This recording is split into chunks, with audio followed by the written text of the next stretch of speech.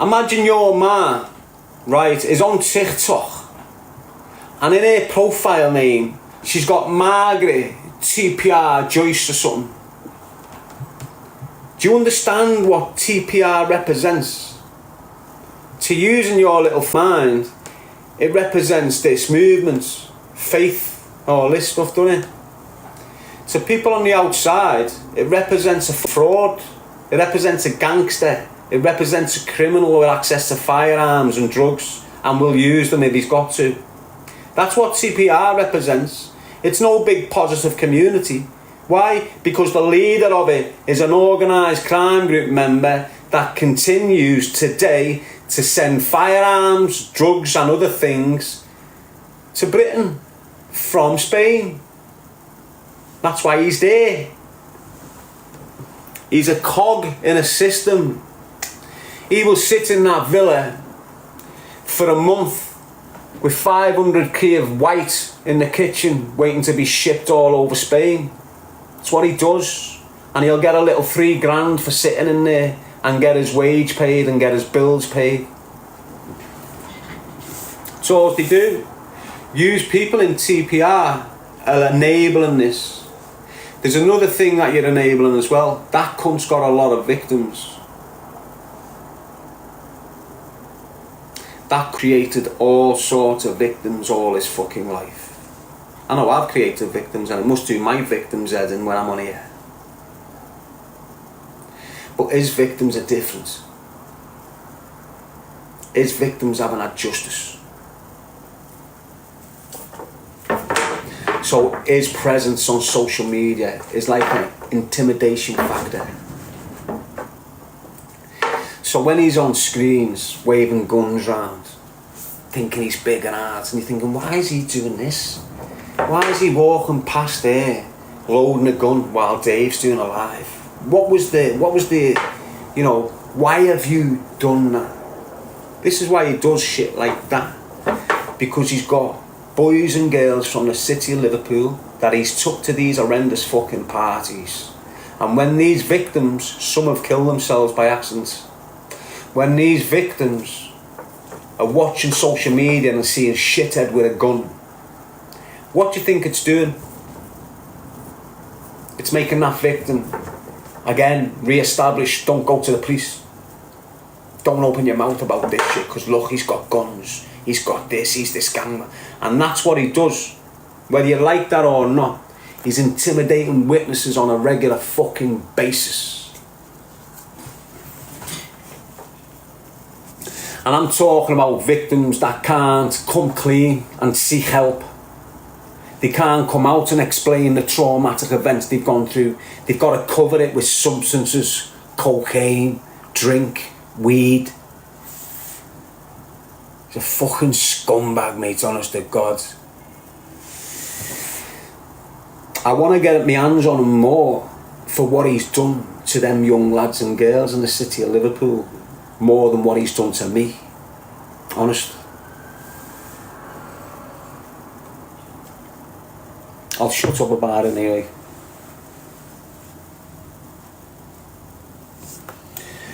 Scout Stormtrooper.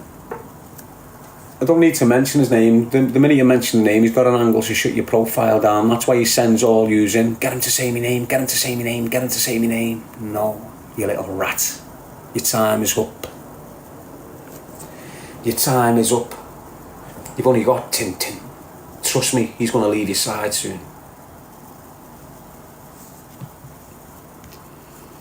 What are you going to do without Tintin, lad? When you've got no one to run to the UK for you, when you've got no one to do this, that and the other for you, what are you going to do, lad? Rely on Dave? Are you going to rely on your new TikTok buddy?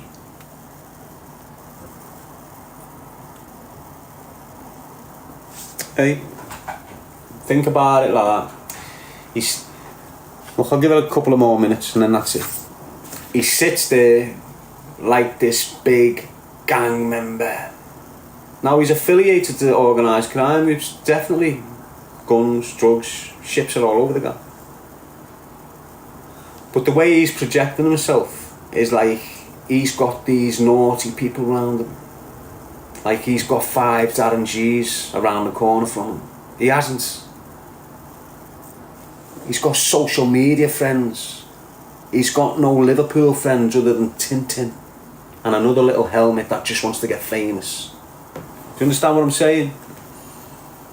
Look at his friendship. Look who his friends are. They're all off TikTok. Not one of them are dangerous. Yes, Deborah. When you look at Dave Darren, what's Dave? Dave's not a dangerous guy. Dave's a TikToker. Why the fuck has Dave wound up in that shit with him? You can see he's uncomfortable, can't you? I can see it in Dave. I've watched Dave for years, mate. You can see Dave is very uncomfortable in that friendship. Even when he's round him, it's not a natural friendship. It's a boss type of friendship. You can see it. It's mild, but it's there. You've only got to look at Dave's eyes. Just watch Dave when he's round him, and you can see his head's fucking battered. He's in a catch-22 situation, and he can't get out of it. Why? Because that fucking bully. Not Dave, that cunt. He nearly slipped on Dave the other day. I've been telling you, it won't be long before he switches on these people that are around him. And he nearly switched on Dave. I think he switched on him. He's just not showing it. Do you understand what I'm saying to you? I think he switched on him the other day because Dave never went somewhere at a particular time. He switched, but never switched fully on screen. I don't know how he kept himself back from showing him. But it won't be long, you know. And Dave probably won't say nothing about what he was doing over there for him, what situations he got placed in whilst he was round him. He won't tell you none of that, Dave, because that's the way Dave is. He comes from that cloth, doesn't he? But I'm telling you now, Dave hasn't just been going over there to have a nice relaxing vacation with this. You know, he's been put into mad situations every day he's been there with him. He's been dragged into conspiracies over there and he doesn't even realise it.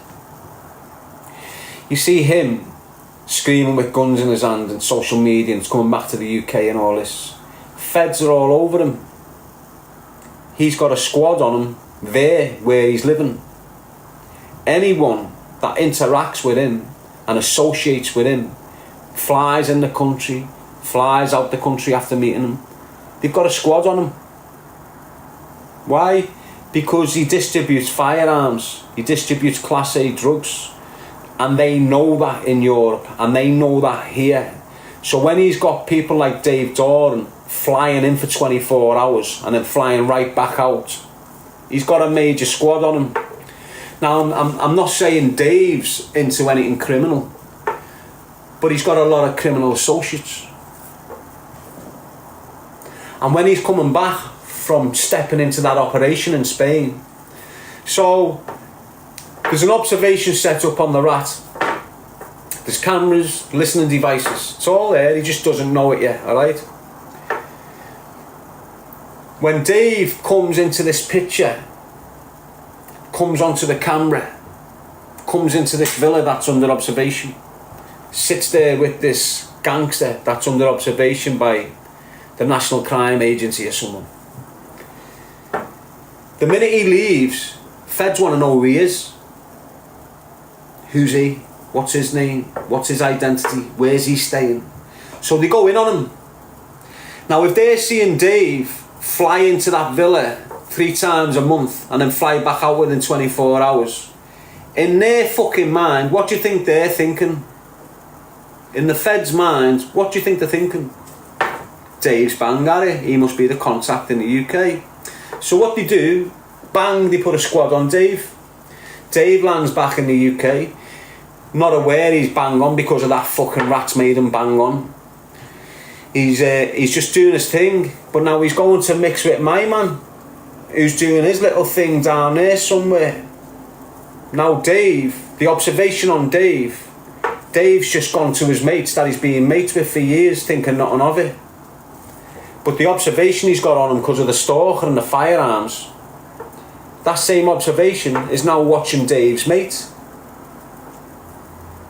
8 months down the line, Dave's mate's been nicked on an operation to do with his criminal behaviour. And everyone's, well, how the fuck's that happened? How did he get bang on? Dave brought them bang on. Why? Because the stalker brought Dave bang on.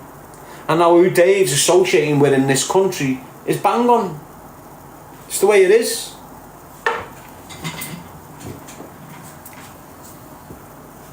That's exactly the way it is. That's why I think, and I said yesterday, there's something more to the stalker than we know. There's something more to the stalker than we fucking know, I'm telling you, mate. Definitely. You know, he's helping an awful lot of investigations start up around the UK. He is, mate. How are you, Scouts? Will? Are you good?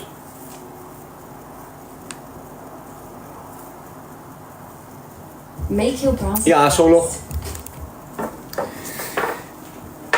You know, when you're under, if you've never been under observation, you won't really know. Now, I've had the most secretive agencies in this country monitoring me, following me, observing me. I'm talking about Special Branch, MI5, MI6, you'll know them as, right? I've had them squads on me, so I know exactly what happens when you're under obs. Now, when you've got MI5 or Special Branch on you, and I'm walking down there, and I get into my mate's car, instantly, bang, they want to know whose the car is, they want to know the reg, they want to know who owns it. Straight away, there's a squad on that kid in the car, because I've just sat in his car. It's the way it works. So the reason I got MI5 and MI6 on me and putting squads on me 24/7, different level of monitoring. So let me give you an example, right? You know, when I'm gang banging, you know, when I'm just doing me naughty stuff, you'd have a particular drug squad on you, and they'd have a team of 6 men to monitor you round the clock.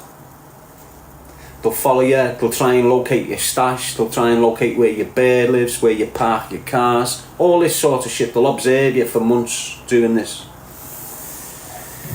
But when you've been implicated in large explosions throughout the UK in a period of time, so 2000s to 2010 something, you had a lot of sporadic acts of violence. Now, sporadic acts of violence means there's an act of violence here, then one down there, then one up there, then one down there, all in the frequency of the same time slot.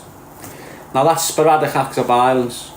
Now, basically what it was, you had an organised crime group in Liverpool, and you had a corrupt police force in Liverpool. And this corrupt police force was using criminals and unlawful actions to target this group. So this group have thought, well, hang on, the police aren't sticking to the code. The police are just like that gangster who they're sitting with. Do you get what I'm saying? So when these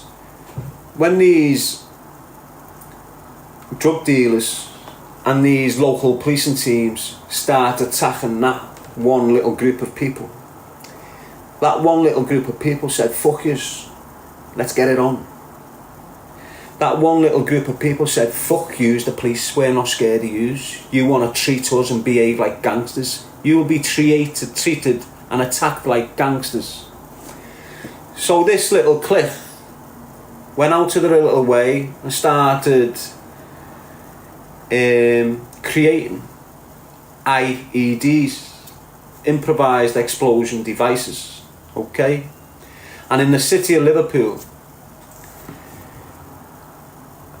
the Lynch family and another family got into a war, and the other family who had the group around them got these kids to start using the tools that these kids had access to against this family. And that's why you hear the biggest explosion in mainland Britain since the IRA ceasefire outside the 051 nightclub in the city of Liverpool. You probably never heard of it because they shut it down and kept it all quiet. They don't like to speak about it in Liverpool. Why? Because it highlights how corrupt the police are. And the whole reason them explosions started going off around the city was because of a corrupt police force, nothing else. So what happened in that period of time? You had about 10 separate police stations bombed. You had cars packed to the rafters with explosives parked outside police stations and they were detonated. I'm not involved in that, but the feds held me responsible for that. Don't know why, don't know where they got their intelligence from. It was probably the snitches sending it my way instead of... So that's what happens. All them old drug dealers are sending the feds my way. He's to blame for this, when I weren't. Do you understand? So all of a sudden, there's been a terrorist attack in London. There's been something mad going on in London. And within a week of that happening, that IED went off outside 051 nightclub in the city centre of Liverpool. Go and Google it. The biggest blast on UK mainland since the IRA ceasefire. It was that IED outside the 051. It went off a week after the terrorist attack in London. So the MI5 and the special branch that deal, the anti-terrorism unit, that deal with that sort of shit, have all come to the city of Liverpool believing that that car was a terrorist attack. So now we've got MI5 and special branch in the city locking it off. They're going round to all the informers that have informed to the police for years. You know, the big gangsters that have never done prison, always shared information with these and been let off. You're a good informer, you're not going to jail. So all these fucking gangsters are now getting all these snitches are now getting the pressure put on them by the police. Who is it? Who is it? So now all of a sudden, all these big hard gangsters around the city that wouldn't come near us are now contacting me, trying to get in touch with me, telling this has got to stop. You can't do this. It's fucking business up. People can't transfer shit around the city. The whole city's locked down because of this shit what's going on. You've got to stop it. Fuck off. What did that do? If them gangsters can't stop this, they're getting fucked off the feds. They've got to stop it. What did he do? Kill the... They fucked up. I survived it. Went to jail. Come out 18 years later. And they're still attacking me. The same people. But the point I'm making is, on the back of that, the observations I was placed under was mad. 24-hour observation. When I was just doing me gangbanging, yes Tara, when I'm just doing me gangbanging and you've got the little shitty drug squad on you and they've got a team of 6 men on you with one car trying to not come on top. But I was all over that type. They couldn't observe me in that way. Do you understand? I've got counter observational skills. That's what the feds have said about me. You know, in reports that they've done on me in MAPA meetings and shit.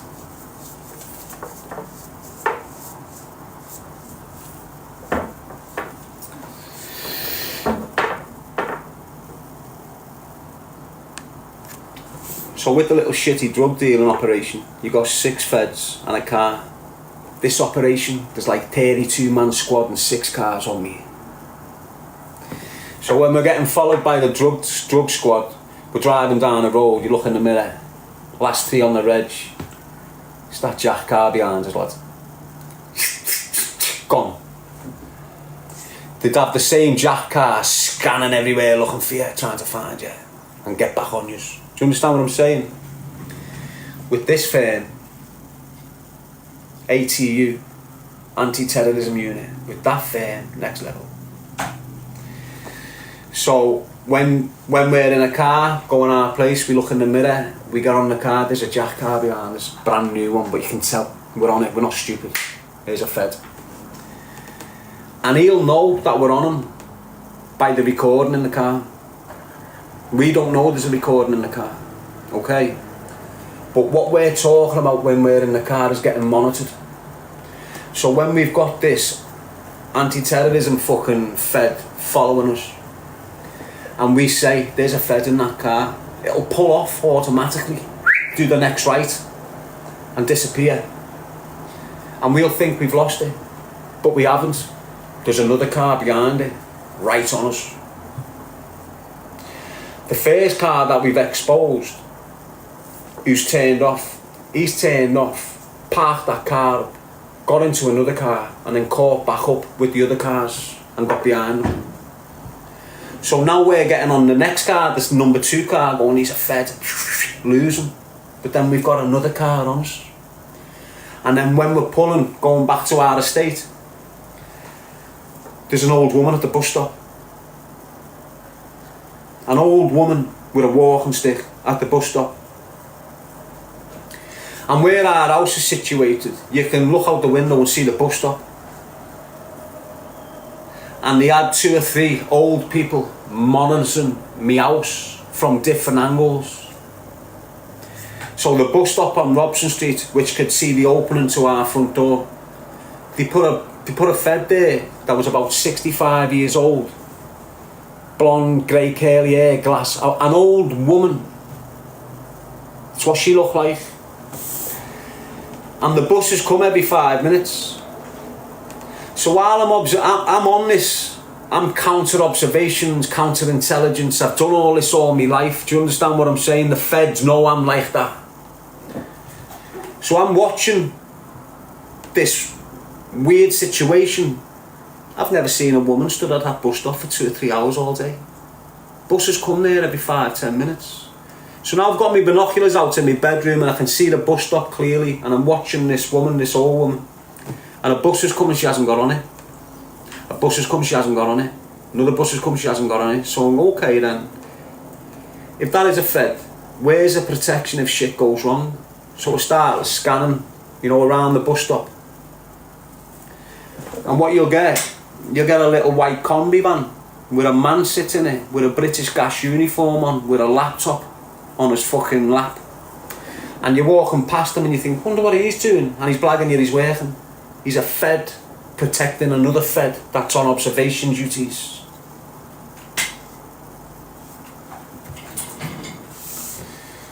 And this is the squad I've got on me now.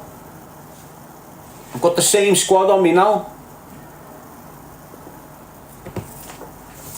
Because if you get implicated, or if you get identified as someone that's involved in this sort of activity, you're put on the same level as someone who's a member of the IRA. You become a threat to the state. And when you become a threat to the state, the mad shit that comes at you when you're on the list as a threat to the monarchy, it's mad. It's a different ball game completely.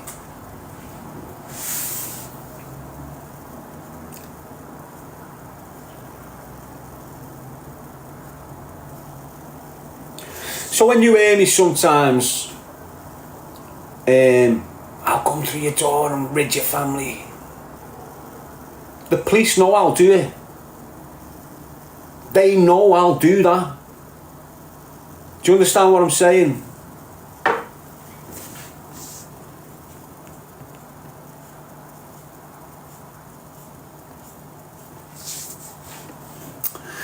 Yes. Choose a life, not a knife, people. Stay free. Protect the children. Protect the future. It's what it's all about, mate. Yeah, we can all be bad guys. We can all be gangsters. We can all be violent. We can all be these big macho fucking horrible knobheads, can't we? Some of us decide not to. Some of us can't control themselves to not to.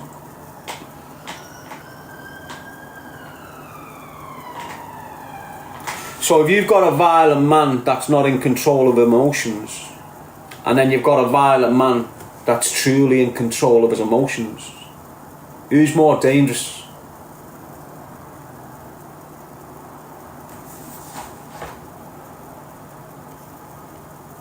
You see, that kid there will use violence unprovoked. You know, it won't be deliberate. It'll be a frenzy. You know, he'll just swipe and try and do as much damage as he can in the moment. A calm, sinister individual with a perpetuance for violence doesn't go on a frenzy. Everything he's doing is deliberate. So if I'm coming to take your fucking knee off, I'm coming to take your knee off deliberately. It's not by accident.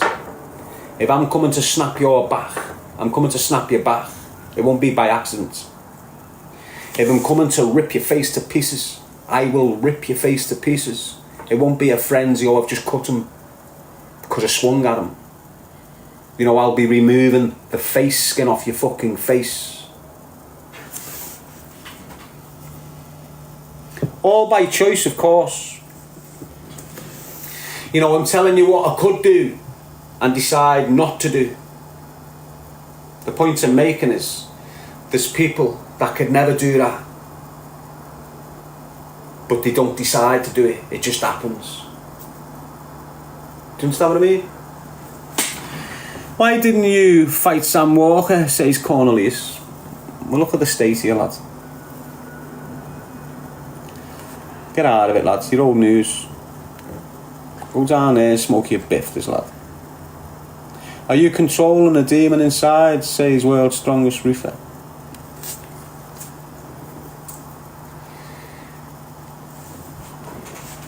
No. Because the demon inside is you.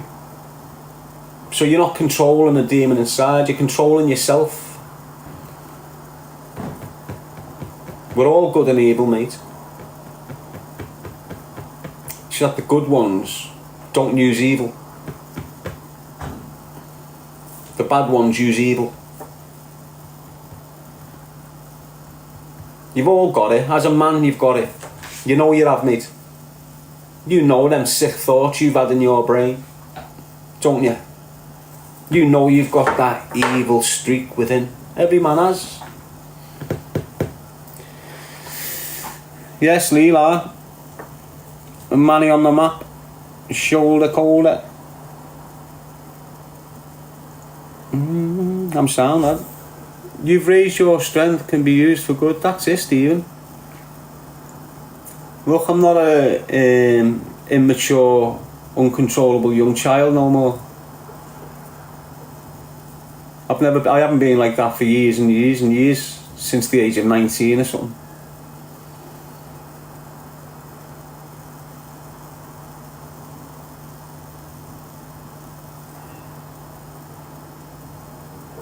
Shoulder colder. My dad talks well about you.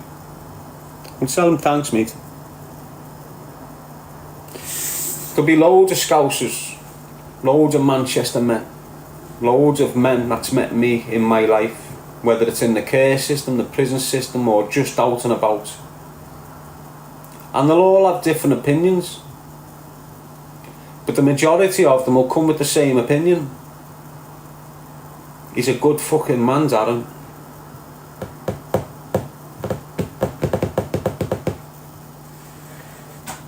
And the situation I've placed myself in to do good is not getting the recognition yet that it deserves, but it will. It'll come. You know, I've ruined my life to scream choose a life, not a knife, basically. I've sacrificed everything that I could have had in my life to scream choose a life, not a knife.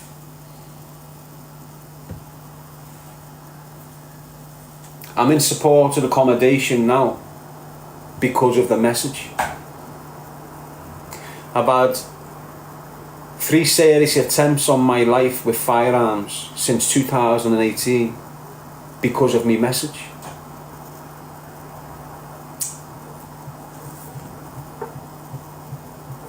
I don't get to see me kids or me bird or be able to live with me bird or me kids because of me message.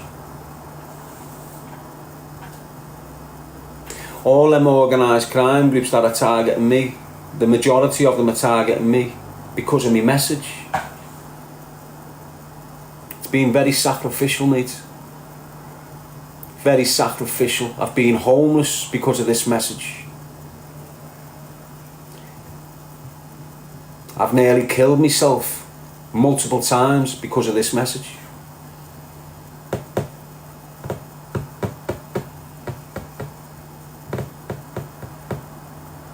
And the reason I go through all that shit is because I believe in it.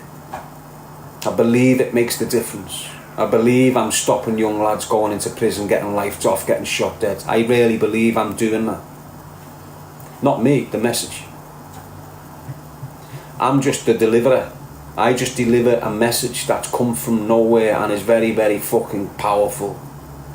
And the bad spirits can see how powerful it is, and they're just trying to target it. They can't target the message, so they target me. If you can't target me, they'll target the message.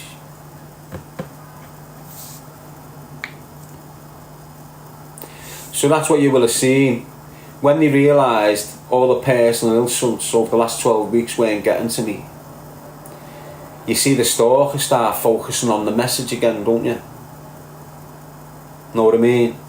Start saying bad shit about me and the message and shit. You know, trying to devalue choose a life not a knife even more, like they've always done. I'm not lying to you, you know, when I say when I first got out of jail and I was just doing my thing, couldn't handle it, went to unlive myself, come across choose a life not a knife, started screaming to other men not to unlive themselves. Then the knife pandemic kicked in. Choose a life not a knife, it just had the right phrase to be on the knife thing. So it went into the knife thing. From the knife thing, it went into drug dealing, gun crime, organised crime groups. For the last 2 years, or last 4 years of me on YouTube, I start when I've gone into the knife crime thing for 8 months or something, and then it's gone into gun crime. I've got a live restriction for audiences there, don't know why. So I think I'm mentioning too many words, a bit too much. But anyway, it goes from speaking about the personal issues he had, surviving that. Then it goes into the knives, then it went into the guns, then it went into the organised crime groups. And then when I focused on the organised crime groups, I started noticing these organised crime groups, I've got something like 25 unsolved murders between them. Think about that. In a 30-year period, you've got 25 young men shot dead with no justice and no one being held accountable for it.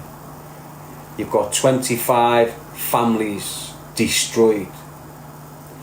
You've got multiple kids with no dad in their life now, which is going to be horrendous for them growing up.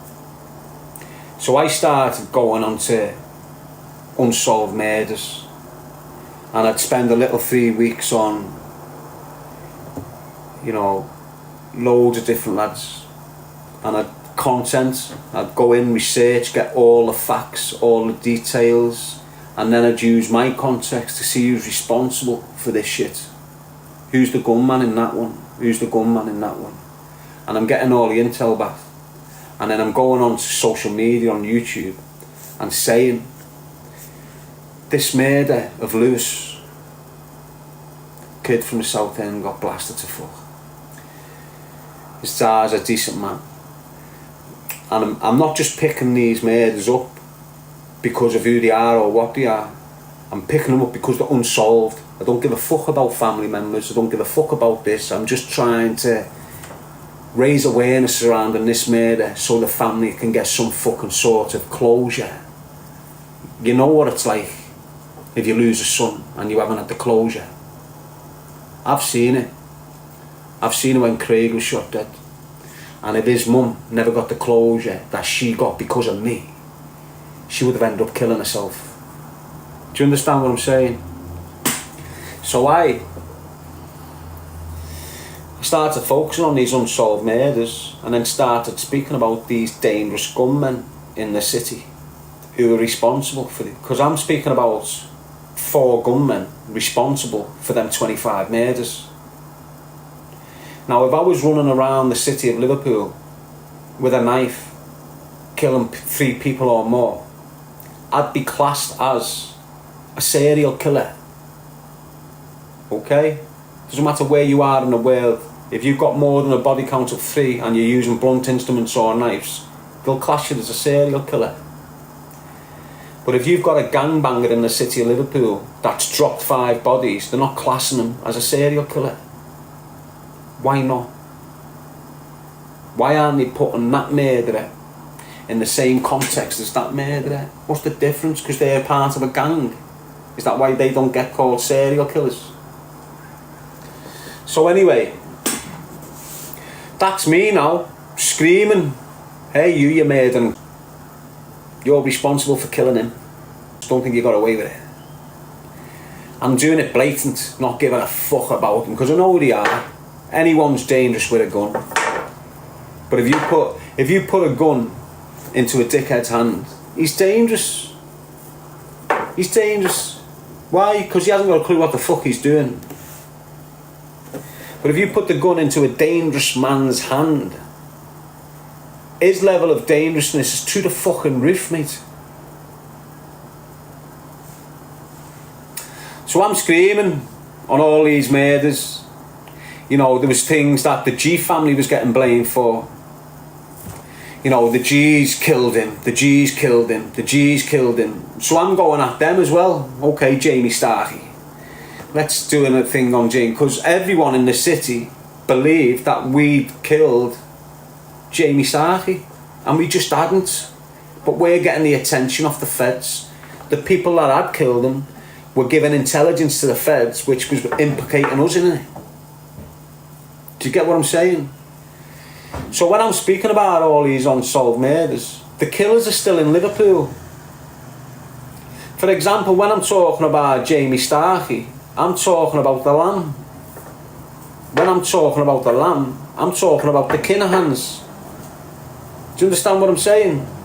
And because I'm speaking unafraid, openly about this shit, they're all hating me, wanting me dead.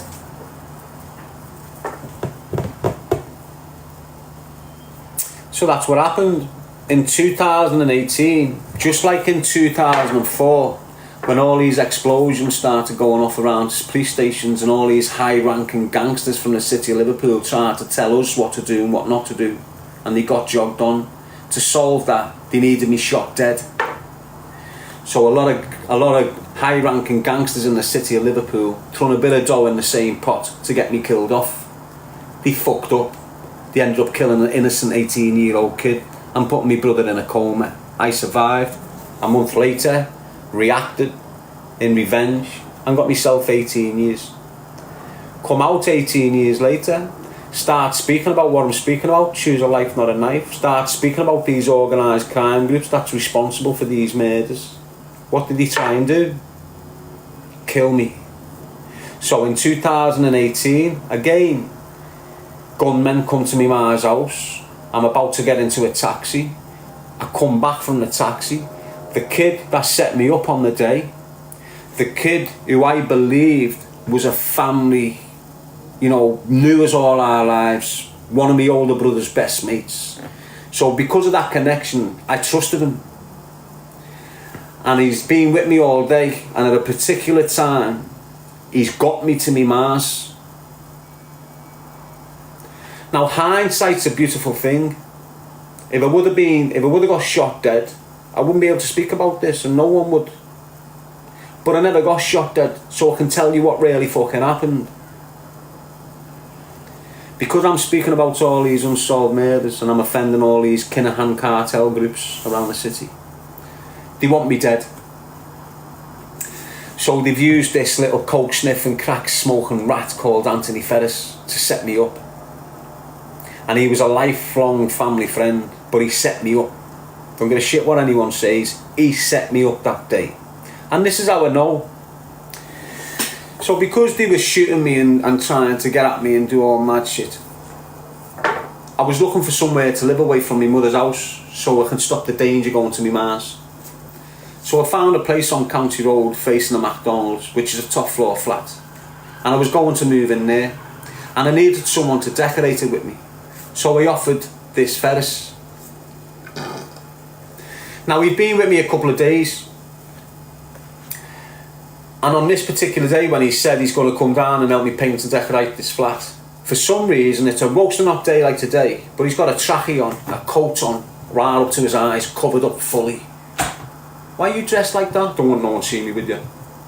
Well, this is fucking weird. You had shorts and a vest on with me yesterday all day, and now today you don't want to be seen with me. So this is all little things that I'm not picking up on early, but due to hindsight, due to the fact I'm not dead, I can look back and pinpoint situations and what's happened here and who's involved. Do you understand what I mean? So we're in this flat, we've been there all day, glossed the doors, glossed the walls, glossed the floor, everything, wallpaper up. We've got one wall left, one wall bar that size. And all we've got to do is put 4 pieces of wallpaper on it, then the whole flat is done. His phone starts ringing off a took at a particular time. And then all of a sudden, he's got an urgency to get to his house. And the excuse he used was his bird had locked the keys in the house and she can't get in. Will you get the key for us, Darren? You know what you're doing. What do you mean? You'll be able to get the key for us from underneath the door, won't you? And I'm thinking, well, go on then, yeah. But let's finish this. It's going to take us 10 minutes, Tony. Let's just get this wallpaper up. I'll go up and we'll sort. No, she's in a rush. We need to get up there now, Daz. We'll go up and come straight back. So I'm thinking, come on then, let's go. So we march up to his. We get to his bird's on his step. She's saying she can't get the key. It's behind. So I've looked. And you could have just scraped it. But they wanted me there to do this. So now I've scraped it. I've unlocked the door on Anthony's house. Went into Anthony's house. As soon as I go in, there's pictures of me brother all over the place. That's why I felt I could trust this. Wow. So while I'm in the house now, within a couple of minutes of me being in this house, his bird's there, he's there. Within the front door's being left open, I'm now in the kitchen, building a spliff. Within a couple of minutes, you hear a shout from outside.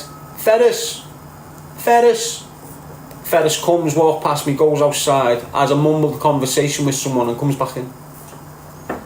Who was that? Oh, just some kid from down there, lad, seeing if it was alright and that, alright sound. Within a couple of minutes of that, he's saying, come on Daz, let's get round to yours. I've ordered a taxi to yours, Darren. So, he didn't tell me I'm ordering a taxi to go back to the flat. He didn't say none of this.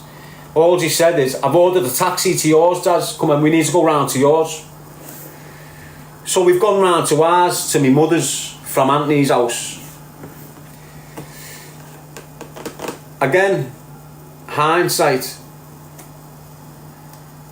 The people that had shouted in when I'm in the kitchen, them 2 same kids on bikes had been loitering at the side of me Mars for 20 minutes before they went to Ferris's. People had seen them hiding behind a shed by me Mars, a lecky shed. Them 2 kids came to Ferris's, had a conversation with Ferris. Next minute I'm getting told the taxi's being ordered to me master. They're not there when we're going to me master. But the minute we step in the house, these kids reappear behind this shed. Okay, these 2 kids reappear behind this shed. People told me afterwards. So now I'm in my house with Ferris and his bird, and I'm getting a few things while we're there to take back the flat. And the taxi's pulled up. And Ferris and his bird's gone out, but I'm busy doing something. I think I just finished the spliff or something like that. And I've got up to follow them out and got to the front door. But I'd left my skins and something else on the table. So I've turned around, gone back in, picked them up. As I'm picking them up, I just heard bang, bang, bang, bang, bang, bang. Ah, it's Ferris. So now I'm on the step and I'm seeing two gunmen move to the taxi. You know where I was about to come out the house? They thought Ferris was me. The two gunmen have thought Ferris was me.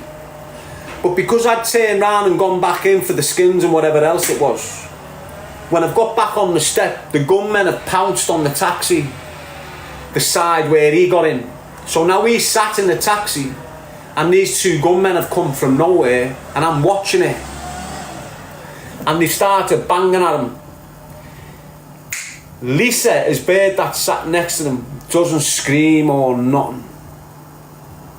She was prepped for what was coming. That's why she never got the shock. That's why she's not screaming like a normal woman would in such a situation. These kids are unloading with two firearms into this Ferris, and they're standing in his lower half and they're working up, but by the time they've got up to him, he's screaming at them, "Lads, it's Ferris! Lads, it's Ferris!" The gunmen stop. They haven't emptied the clips. They was about to empty the clips in me. Soon as he's told them it's Ferris, they stopped dead and got off on bikes. What did I do? Got my bike out and started chasing them. It was only that the gear chain came off my bike that they got away. I was close to them. They had no bullets left. Shitting themselves they was. The gear chain came off. So, while I'm watching this shit go on the step, we've had family friends for years on our estate, and there was one family in particular called the Gilboy family. And they were a gang of scruffs from Langley until they met me. Okay? They were a gang of scruffy fuckers from Langley until they met me. And I spoiled them. And I decorated their family home. And I put couches and beds and fireplaces and all sorts in this family home for them before I went to jail. And when I've got out of jail, they're still doing the coke deal and they're still doing the shit, you know, like scumbags. And their house hasn't been changed from when I decorated it for them years ago for the mother. Now we're still friends with Ian. Now this is where the dirty shit came in, because Ian, my youngest brother, knew this was happening. Ian knew Ferris was setting me up to be killed that day. It's deep innit?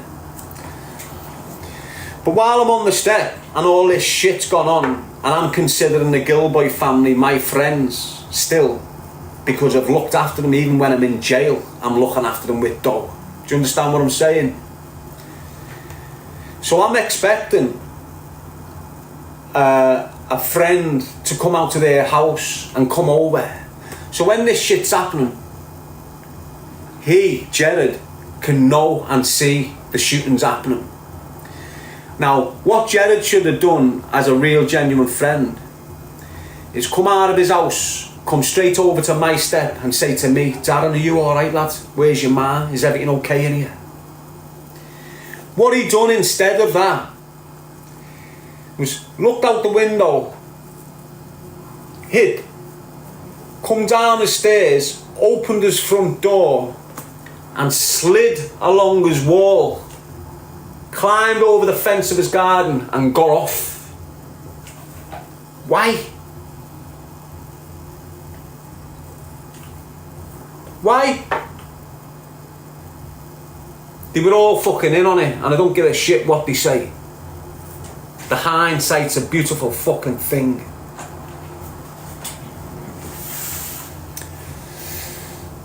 So that's it. From that day on, mate, my life just went downhill. Why?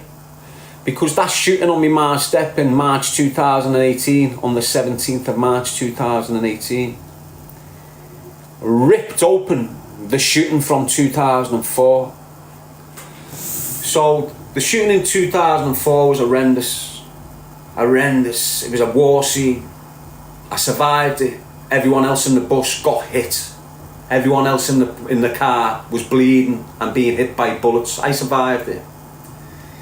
Within a month of that, I've sought revenge and retaliated against a drug dealer from Liverpool that we was told was involved in the crime but he wasn't. Collateral damage, we'll call it, unfortunately. His anniversary's on the 18th, and I say sorry to the family, and God bless you. Hope everything gets better for you. But the shit that happened on the 6th of April 2004 traumatised me very, very, very fucking bad without me knowing it. So within a month of the 6th of April to the 18th of May, I went out